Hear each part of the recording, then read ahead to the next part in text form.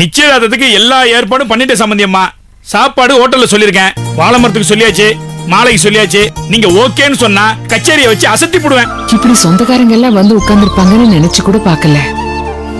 இப்ப போய் நிச்சயதார்த்தத்தை தள்ளி வைங்கன்னு எப்படி கேக்குறது?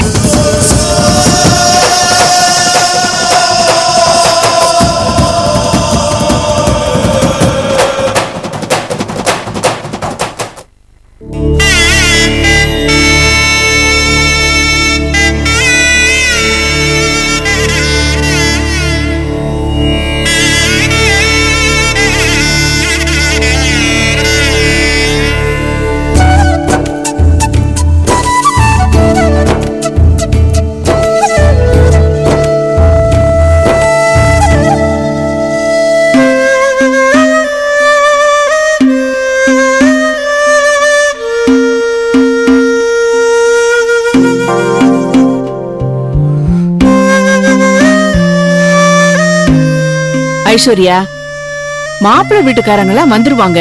ஏன் இப்படி தலைவரி குளமா உட்காந்துருக்க? எழுந்து தலைவாரி பொட்டு வச்சு ரெடி ஆயிடுமா? யாராவது பார்த்தா தப்பா பேசுவாங்கடி. ஏண்டி புரிஞ்சுக்கவே மாட்டேங்கிற?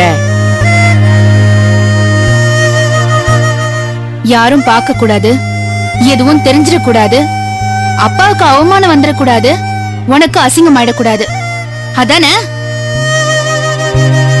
எனக்கு என்ன ஆனாலும் உங்க யாருக்கும் பிரச்சனை இல்ல.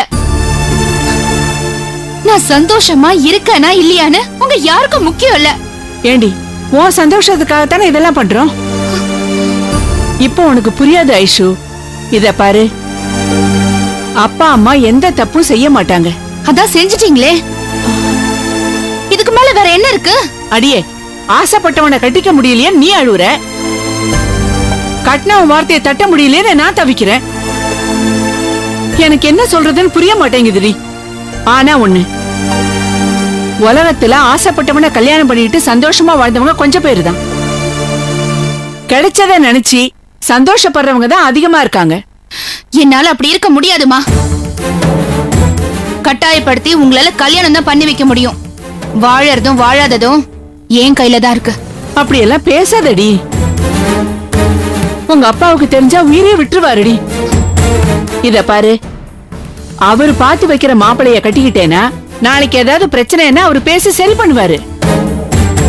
சாகர வரைக்கும் உனக்காகவே வாழ்வாருடி. அவர் கோவத்தை பார்க்காத, அவர் குணத்தை பாருடி. அவர் உனக்கு நல்லதுதான் செய்வாருமா. நீ ஒருத்தனை காதலிக்கிறேன்னு சொல்ற, அவன் நல்லவனா கெட்டவனா, காலம் முழுக்க உன்னை வச்சு காப்பாத்துவானா மாட்டானான்னு கேட்டா உன்னால நிச்சயமா பதில் சொல்ல முடியாது. நல்ல வந்தான்னு இப்ப சொல்லிடுவ. ஆனா அத சொல்ற வார்த்தையில இல்ல, உனக்குள்ள இருக்கிற காதல் தான் சொல்லும். அது சரியா தப்பான்னு காலம் தான் நிர்ணயிக்கும். வேண்டாமா, அம்மா சொல்றத கேளு. இப்போ என்ன, புடவை கடை பொம்மை மாதிரி சீவி சிங்கரிச்சிட்டு அங்க வந்து நிக்கணும், அவ்வளவுதானே? பொம்மை ரெடி ஆயிட்டு வரும்னு போய் சொல்லு போ. ஏண்டி கோவப்படுற? கோவப்படாத, நிலவரம் புரிஞ்சு நடந்துக்கோ. உங்க அப்பாவை பத்தி உனக்கே தெரியும். அட்ஜஸ்ட் பண்ணி வாழறதுதான் வாழ்க்கை. அப்படி வாழ்ந்துதான் நாங்க 2 பேரை பெற்றிருக்கோம். முதல்ல தலைய சீவி பொட்டு வச்சு லட்சுமிகரமா பொண்ணாட்டம் வா. புரியுதா சொல்றது?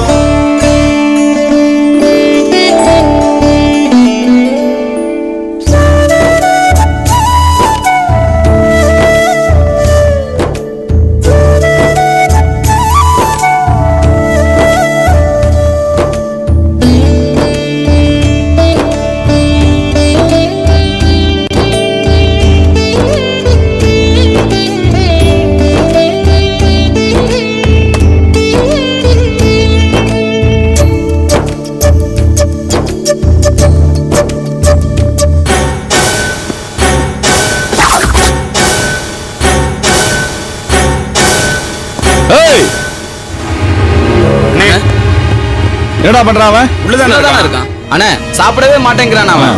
வா பாப்போம்.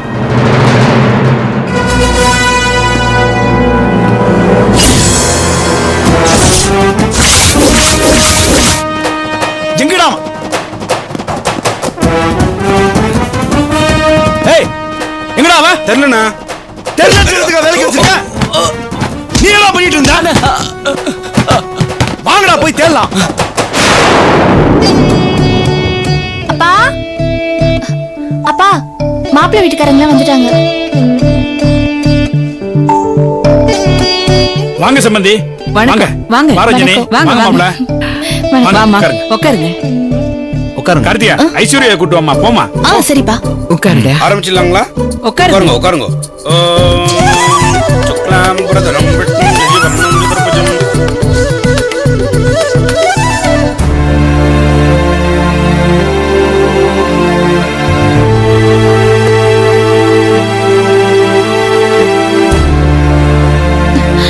அக்கா இந்த ப்ளூ சாரில நீ சூப்பரா இருக்க.